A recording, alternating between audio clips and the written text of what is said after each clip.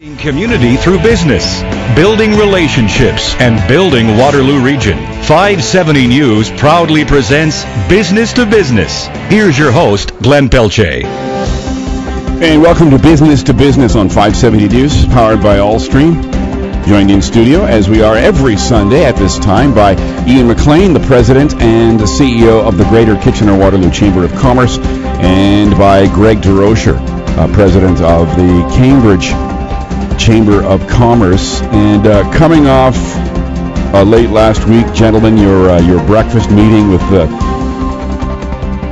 PC leader Tim Hudak.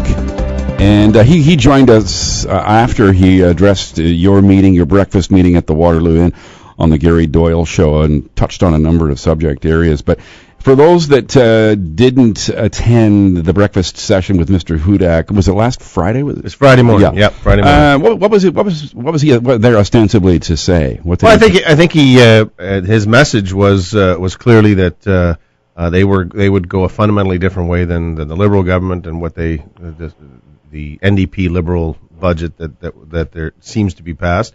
And I guess that the theme that he reiterated is that there's not necessarily a revenue or a taxing problem. There's too much spending, and it really does try to address how to rein in the deficit. So, and while making the investments, he talked about education, he talked about transportation and healthcare, but saying they had to make some tough choices. So he said something interesting on the Gary Doyle Show, and that is a Tory government, a Hudak government, would eliminate the local health integration networks right across the province. Did he touch on that at all? He didn't. Not in the speech. Were you familiar with that? Yeah, that's been. I think that was in the last election. I think their argument. I'm not sure.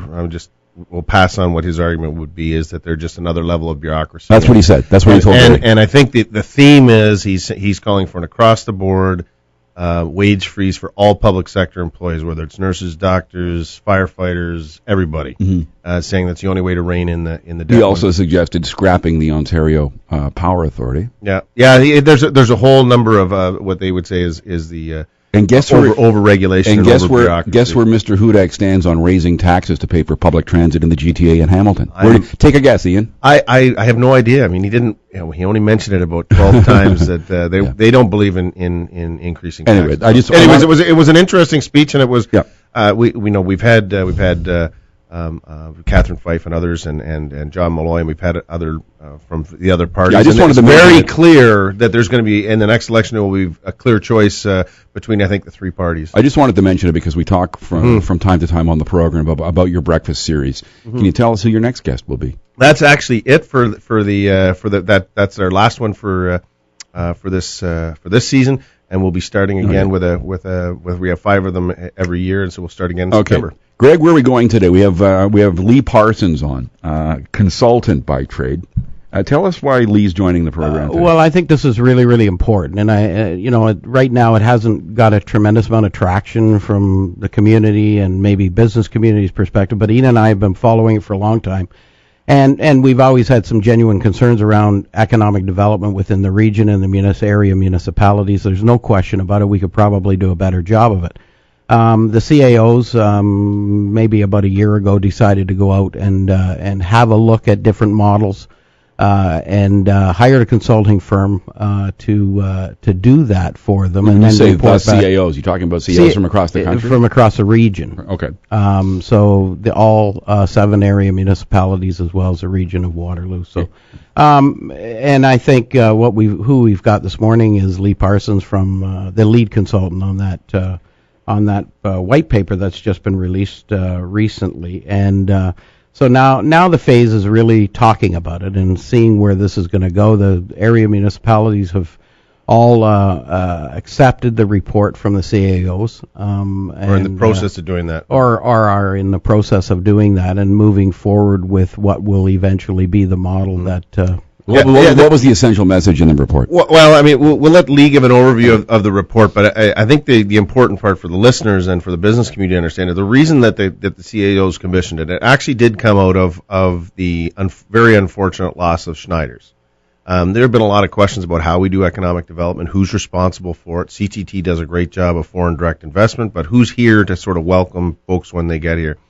And I think the Schneider's example of losing those 1,000, 1,500 jobs really brought it into focus. I think a lot of people in the business community, as well as the municipality, said, we got to get our arms around how we do economic development in this region.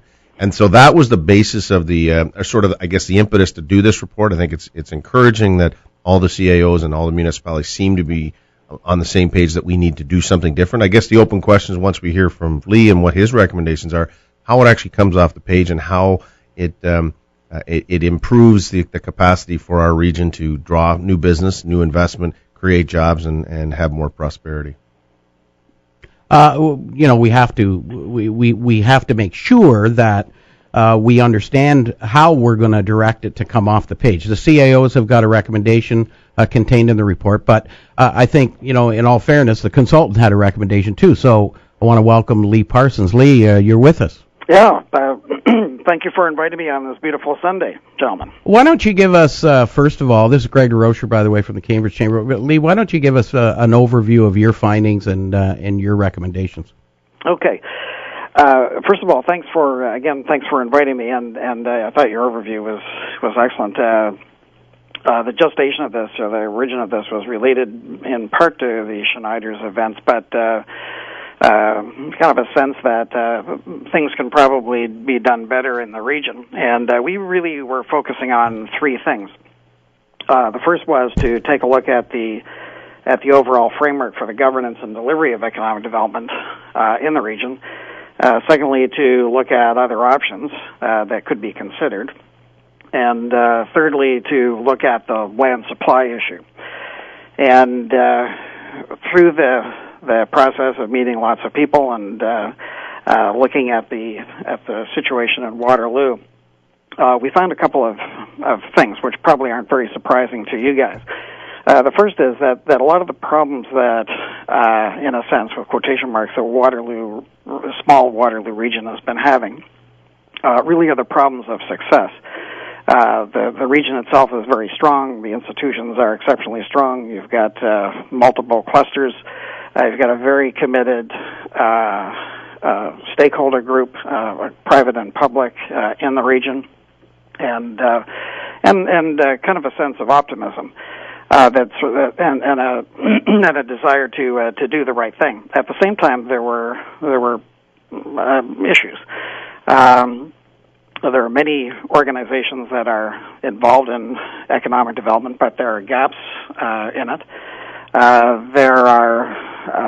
Branding needs to be overhauled or at least re-examined.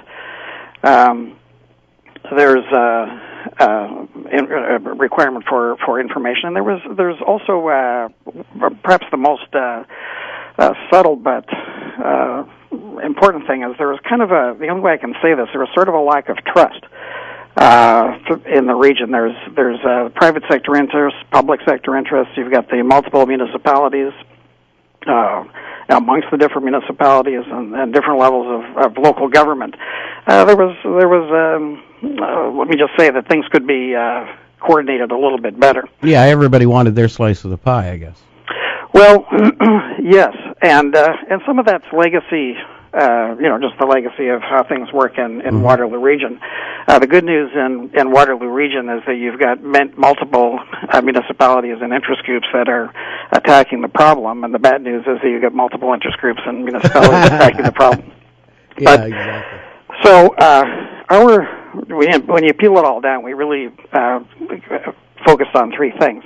The first is, which is kind of frankly, as an outsider, is a little bit of a no-brainer. In Waterloo, there's not and I'm using the small R region here, not the municipality, but in Waterloo, there's not a regional economic development strategy. And, I think that where we think that's part of the problem, that it inhibits cooperation and the development of a coherent game plan. So one of the first recommendations we made is that there needs to be a regional economic development strategy that's put together. And we made some recommendations on how that can be done and what it needs to focus on. The second thing is we looked at the issue of the framework for delivery of the strategy after it's developed, and we looked at spectrum of options, 5 different options. And the one that we recommended, and I think the CAOs at least agreed with us, is to set up a new Waterloo Economic Development Corporation that would be responsible for delivering services, economic delivery of the delivery of economic development services within the region. And this sort of brought us to, you had mentioned CTT earlier, that brought us to an interesting question. And CTT has done a really good job on the foreign direct investment file. And so the question was, and still remains, is the new organization really changing the mandate of CTT, putting it on steroids and broadening what it does, or is it folding CTT into a new organization? All right, Lee, we're going to stop you right there, but we're going to continue the conversation with you. If you'll just hang on. Lee Parsons is our guest, founding partner of Malone Given Parsons Limited, based in Markham, over 30 years of consulting experience, a professional urban planner, economist, and engineer. And again, Greg, we're talking about a report. Can you explain that again, this report, just before we go to break? It was a report generated by the CAOs, the Chief Administrative Officers of the area municipalities, as well as the region of Waterloo, to look at the model of economic development and how to engage a better and more strategic arm of economic development. We're going to come back with more with Lee Parsons as Business to Business, powered by Allstream, continues on 570 News. Business to Business, powered by Allstream, a presentation of 570 News. Watch the live video webcast at 570news.com. We'll return with more Business to Business. Who you know, connecting community through business. This is Business to Business on 570 News, powered by Allstream. All local, all relevant, allstream.com. Here's your host, Glenn Pelletier. Welcome back to Business on 570 News, powered by Allstream. Our guest is Lee Parsons, founding partner of Malone Given Parsons Limited.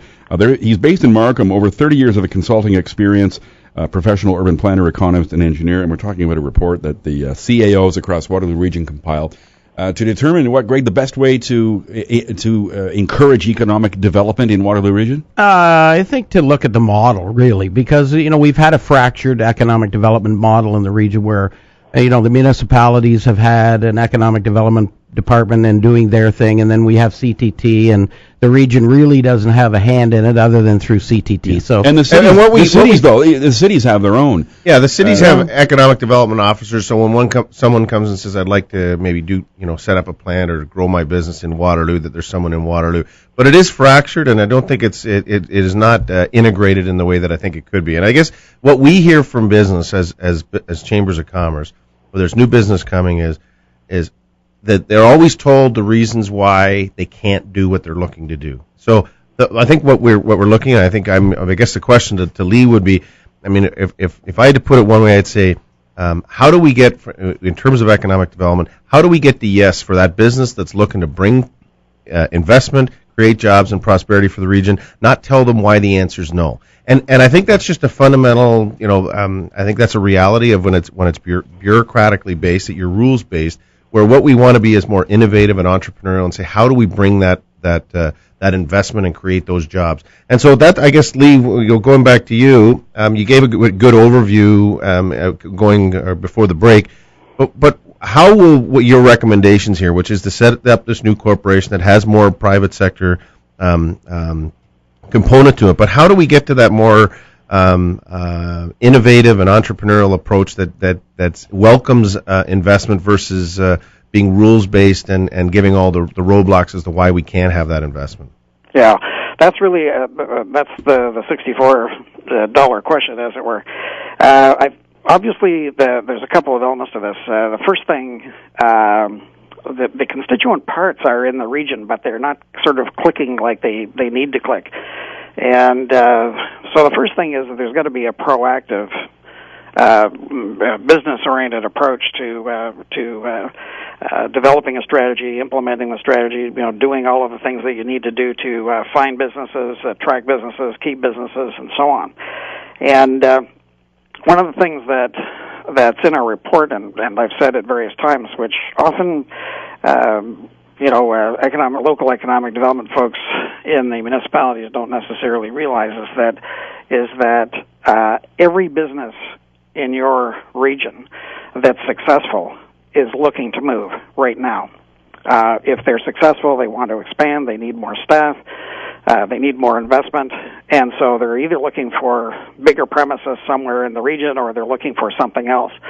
And so one of the things that has to be done is there really, really needs to be a very business-like approach to the relationship between an economic development organization and business itself. And make sure that the information is flowing, make sure that relationship is there, make sure that we're well ahead of the curve. And if you look at, in your preamble, you were mentioning the Schneider's issue, and from our point of view, again, as outsiders, isn't so much, could that decision have been changed, but did the region do everything possible to anticipate the decision, influence the decision, and maybe change the decision and/or get a consolation prize out of the decision that was made? So there needs to be a very business-like approach. One of the things that we've suggested in our governance model is that it has to be a hybrid partnership amongst the private sector and the various public sector actors. That's just the reality of how things are in Waterloo.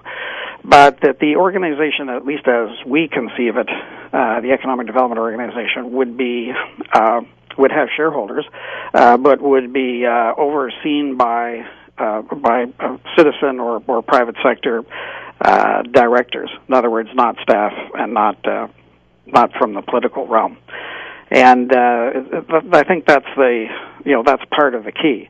And of course, the other thing is a very, very clear game plan on what the priorities are, what needs to be done, who's going to do it, when, how much, and so on. Now, what I found interesting, and I guess both Greg and I are former city councilors, so I guess we knew this, but I think for business listeners out there, and maybe touch on this as it relates to some of the things you just talked about, but the vast majority of new investment in the region already comes from business that's already here, and the way you referenced it, I thought I that really caught me is everyone who's doing really well already in this region is looking to move, and if we can't accommodate them here, they'll be looking somewhere else. So yes. We're only so that Schneider's was looking to become creative and to build new plants, and they went somewhere else. But there's others here that are doing that. So the most of the economic growth comes from people that are already here, and so we've got to be here, welcome them, make it easier to make those investments in place. So having what you're describing is having more of a business-like approach and a business-oriented way of discussing it, I think, is pretty important. Yeah, I mean, it has to be that way. But it has to be a partnership, because the municipal authorities are the ones that provide the context and infrastructure and so on. But ultimately, business provides the jobs. And one of the things that has got to be an element of this is that there's got to be locations across the municipalities, across the smaller region, where businesses of various types, various clusters, various sizes, scales, and so on, can locate. One of the worst things you can do, as you guys well know from your own business experience, if you're promoting Waterloo region, let's take CTT as an example, and doing their foreign direct investment marketing and so on, you just can't bring people to town or to the region and get them pumped and sold on the region, and yet have it not be able to answer the question, where's the land? Where do I put my plant now? And I need to do that. I need to get a building permit in some reasonable length of time and get on with things. And if you don't take care of that aspect of it, then you have a kind of a negative marketing. You get people to invest in their time and effort to qualify the region. You get them looking at the region, and then just as they're trying to make the decision to go forward, they can't find a place to locate. Okay. I think it's you touch on some things that have been frustrating to us, over the years, especially when there's a company coming into town looking for new land and we don't have enough land. I think Rocher is a good example. We just couldn't assemble the amount of land that they needed. We wanted badly for years, for 12, 13 years since I've been at the Chamber, we've been fighting hard to get the east side lands on stream, and they just seem to be taking forever and ever. But, in looking at some of the models, one of the great models, I think, in Canada, actually, and we've done some serious investigation on it, is the Winnipeg model of economic development that was actually fueled out of the Chamber. We actually have Dave Angus from the Chamber coming on right after you, but to talk about, yes, Winnipeg and how successful they've been. And it's a truly private sector operated, although the shareholders are the province of Manitoba as well as the city of Winnipeg. But, this is a real private sector economic development model that's successful in Canada. Well, we're Lee, we appreciate you coming on this morning. Lee's going to be here in town on the 26th of June. You and I, both our chambers are hosting a what we've been calling our economic development series. Lee's going to be there to give a 20 or 25 minute overview of this report, the recommendations, and we're hoping and we're going to have a good cross section of businesses there, because it's going to be really important for us to hear about that, understand the direction, and moving forward to have a more integrated approach. So we'll look forward to seeing you on the 26th, and thanks for coming in today. Okay, thank you, guys. Bye-bye.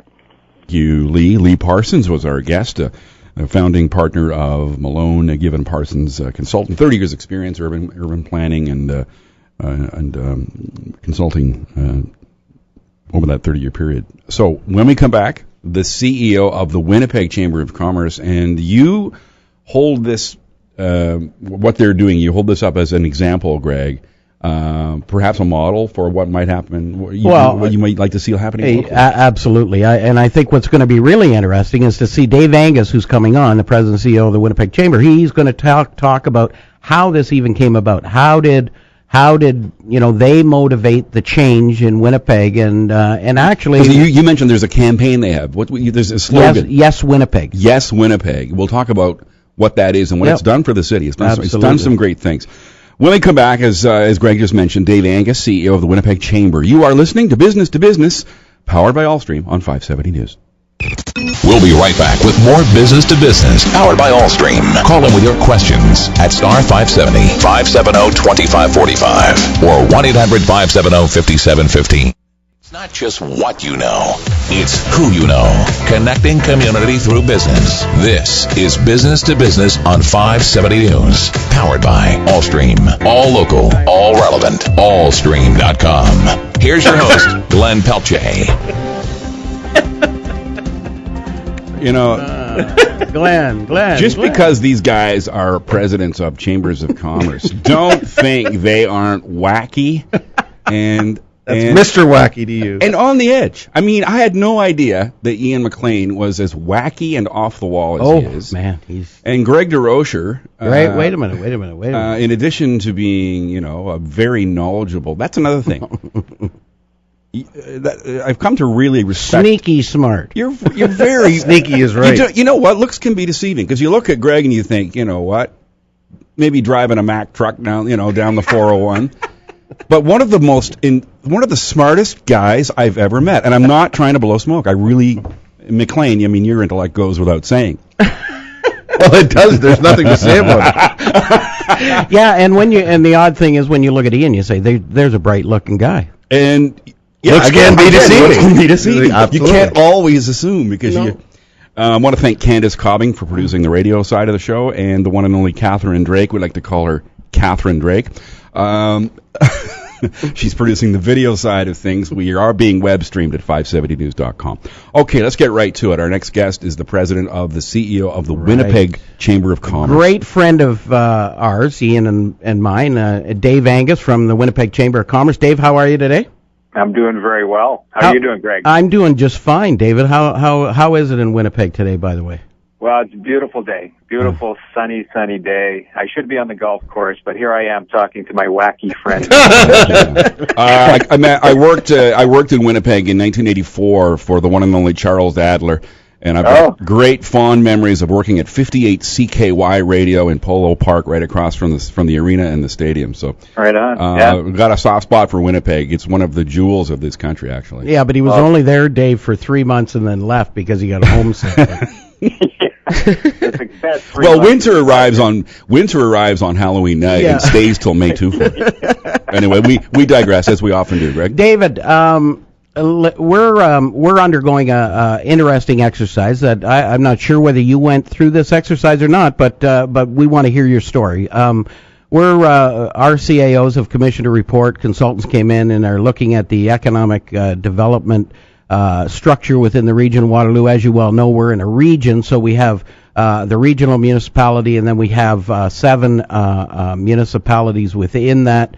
Everybody kind of does their own economic development thing, and then we've got this more reaching foreign direct investment organization called Canada's Technology Triangle, which is an arm of the region of Waterloo, and of course once they bring them here, then they have to let go of them, and the municipalities fight over it. But what's really interesting is, yes, Winnipeg is a force that you would probably say is doing some wonderful things from an economic development approach in Winnipeg, and actually, from what I understand, you haven't said this to me directly, but friends of yours have, that you were the architect behind Yes Winnipeg. So how did that all come together? What started you down the path of looking at economic development and then getting involved with reshaping how it's done and creating Yes Winnipeg? Well, first of all, thanks, Greg, for having me on. It is an initiative that we're very proud of. And, what really started it was that we had a group of people that sat around the chamber and really looking at what was happening in other jurisdictions and where business was going. We were not satisfied with the lack of business relocation, expansion, and attraction that was happening to our market. Even though we knew we had a pretty good value proposition. We knew we had some things to sell and we were good for certain types of companies, but we weren't getting any traction. So we looked at best practice models. We wanted to see which jurisdictions were having the most success in this particular area. And the one actually that we stumbled across that absolutely presented the best model was Nashville, of all places. Nashville through the 80s and 90s really was a country and western, some would say backwater. It wasn't really a corporate hub, but they established a private sector driven organization called the Nashville Partnership that kind of mobilized the private sector around promoting and going out and marketing Nashville for business attraction purposes and business expansion as well. And they, in 2004, 2005, which is when we were looking at them, they were deemed to be the #1 city in North America for business relocation by site selectors. So we looked at what they were doing, and some of the results were astounding. Over 12 years, they attracted over 300 head offices. These are regional or national head offices to Nashville. It really reinvented their city from an economic perspective, going from one of the lowest in terms of average wages to one of the highest in the U.S. So we took a deeper dive to take a look at, what are some of the elements that kind of led to that success. And it was through that learning that we established, Yes Winnipeg, which is our private sector driven, business attraction vehicle here in Winnipeg that's having tremendous success. Wow. So at that point, the chamber really created this economic development organization, Yes Winnipeg, and then what's interesting is it seems like looking through a lot of the documentation that I have in the background, in 2010 you let it go. You transferred it over to an independent private sector driven body. Well, that was really the feedback we got from the private sector. They didn't want to create just another entity. And so there was a need, and this is how businesses operate. They said, let's look at how we can rationalize organizations. And so we approached our economic development agency here in Winnipeg, called Economic Development Winnipeg, and said, we think this entity that has a private sector investor council around it is better placed within their organization so that they can leverage some of the other economic development investment that's currently happening. So, really, it started out of the chamber. The initial brand was called Selling Winnipeg to the World, and then in 2010, we transferred it over to EDW. But we still maintain a very strong relationship with them. and certainly are helping them in whatever way we can in order to achieve results. Well, Dave, this is that's really helpful to hear, because I think the report, and I guess Greg and I have been talking about this. I think we're trying to engage the business community, because that's exactly what's needed to really, for the attraction and expansion of business here is to have that true partnership. I just don't think that exists right now, and I think it needs to be more integrated. But that's very helpful to know that there is a path to getting to that more business-oriented way to approach economic development, because we need it here. And we know we're competing just like you are. We're all competing in a global environment now, and we gotta have the business investment that unfortunately is a little bit lacking right now. And I think being able to have that true partnership, but with the business sector taking the lead, which is I think what I hear you saying, is how this comes off the page in terms of this consultant's report is the really important part. We're at that stage now where the devil's in the details. Well, it's interesting. This whole process has been fascinating, because we have about 130 companies that are investing in 70% of the fund is private sector dollars. And what came with that, which is what I think is missing in many government-driven entities, is this real focus on measurable results. When the private sector is investing money, they want to really have a strong assessment of the return on that investment. So the organization itself is very focused on measurable results, which really focuses the entire organization on what's important. So all of their activities are leading to the results that they want, but also it's a way to evaluate the strategy. And oftentimes that's really the big piece that's missing in government-driven organizations, is that the measurable result piece is missing. But that really came with this private sector-driven model. But the other fascinating part is, and I'm sure your region is no different, is that we found in Winnipeg that the Winnipeg companies have this tremendous international reach, this international network. Mm-hmm. They have customers, they have suppliers, they have strategic partners and alliances all around the world that we can leverage. And that's exactly, how this organization is doing it, is looking at how we can leverage relationships that we currently have with our local business community, which can only be done if we're at the table. Dave, can you give us one example? You've got so many successes that you've had a direct hand in, some success stories. Can you give us one example? I'm thinking of the Hampton Inn that announced, a year ago? Mm-hmm. They're setting up their hotel at the Winnipeg airport, and you had a hand in that. Yeah, for sure. And the reality is they've, just in this short time, they've been responsible for over 1,600 jobs. And the only way for them to count those jobs is for the organization like the Hampton Inn to say, yes, Winnipeg played a lead role in their decision to come to Winnipeg. So the successes are excellent, but they're just starting. Economic development in this area, there's you can start working on one today, and you might get results 10 years from now. But what's important is you're filling up the hopper. And right now they have over 40 active files of organizations that are looking to make a decision and have achieved success with over 1,600 jobs.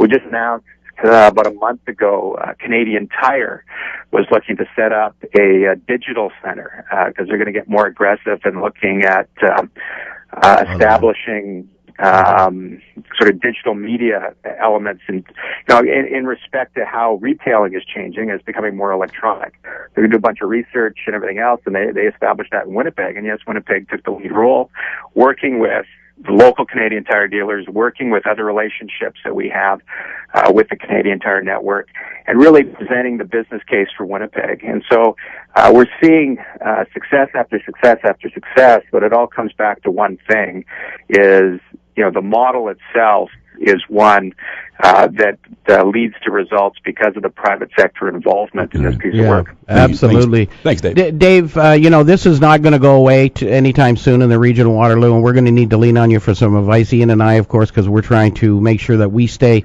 front and foremost with respects to how this is going to groom out. So thanks very much for joining us, and hopefully I can lean on you again in the near future. You can lean on me anytime, Greg. All right. Thanks, David. Thank you. Dave Angus is the president and CEO of the Winnipeg Chamber of Commerce. We're coming back with Dax Nair of Allstream as they continue to be their main sponsor of Business to Business. Dax is coming back to chat with us as Business to Business, powered by Allstream, continues on 570 News. Business to Business, powered by Allstream, a presentation of 570 News. Watch the live video webcast at 570news.com. We'll return with more Business to Business. It's not just what you know, it's who you know. Connecting community through business. This is Business to Business on 570 News, powered by Allstream. All local, all relevant, allstream.com. Here's your host, Glenn Pelletier. Welcome back to Business to Business on 570 News, powered by Allstream, and we are delighted to have with us once again, he was on the program earlier and quite informative, from Allstream, where he is the Director of Unified Communications. We welcome back Dax Nair. Dax, welcome to the program. Thank you, Ian. Thanks for having me back. I'm glad to be here. Listen, Dax, the last time you were on the show, you gave us an overview of what unified communications was. Today you're here to discuss a new evolution of unified communications, something you call a hosted collaboration solution, also known as HCS. What is HCS, and can tell us more about it? Yes, so HCS, as you mentioned, Ian, stands for Hosted Communication Solution. It really is exactly what it states. It is a communication solution hosted in the cloud, meaning that unified communications traditionally delivered or deployed in customers' premises is now delivered from a virtualized location, whether it is in the customer's own data center or a service provider's data center. Clearly, since the call control is delivered from the cloud, it would require a network in between the customer's location and the provider that is capable of carrying the voice collaboration traffic, meaning it's got to have quality enabled on it, make sure that there's no jitter, in the cloud. You can buy pretty much everything. You can buy computing, you can buy network infrastructure, you can buy storage, and all kinds of applications from the cloud these days. We can say that the ubiquitous availability of network, be it internet or a virtual private network, has contributed to the concept of virtualizing applications in the cloud. So what's driving the demand for this type of offering? Is it the technology? Is it the cost savings? What's driving this type of this offering from Allstream? Yeah, I would say there are a few reasons why it is happening. I would classify them. Let me talk about 3 or 4 trends, impacting or driving the adoption of cloud-based solutions. That businesses are really lining up to adopt. Virtualization in cloud, there's a lot of hype around it. There are a lot of globally dispersed resources in businesses. And so we all roll that all into an offering that customers can purchase as in a utility model, meaning that they can buy on a per seat, per month rate, which is very unusual for these kind of solutions deployed in a prem-based environment, right? Fee rate for the services that you subscribe. Now, like I mentioned earlier, the technology refresh requirements are already baked into it, and you get one number to deal with, and you can pre-plan what your future, next 2-3 years cost outlay is going to be from a financial perspective. So that is really a big advantage. Now, technologically speaking, this allows customers to really leverage everything that is available on a high-end platform like Cisco HCS, and also leverage all the network components that are brought into it by Allstream to really drive the productivity gains, the virtualization that they may not have presence in a city where now they are able to have the presence. That really drives productivity. You can always reach the person who knows what the answer is without really leaving that person a voicemail or hoping that they'll call back. The flexibility you just mentioned, Ian, is another big one, right? I mean, you can adopt and use what you want, and also you have the ability to shrink or grow according to your business's needs. I mean, you don't really have to buy $1 million worth of system because that is what you need to support a much lower base of users. But in this case, if you have 500 users, you buy for 500, and if that becomes 480, then you buy for 480. And that's the kind of model that you have. And clearly, business continuity these days with snowstorms and SARS, and it's a little dated SAR conversation, but it really you don't know what can happen. So in a cloud-based environment, you can easily move your folks around in a virtualized manner to support that requirement as well. All right, Dax, thanks very much for your time today.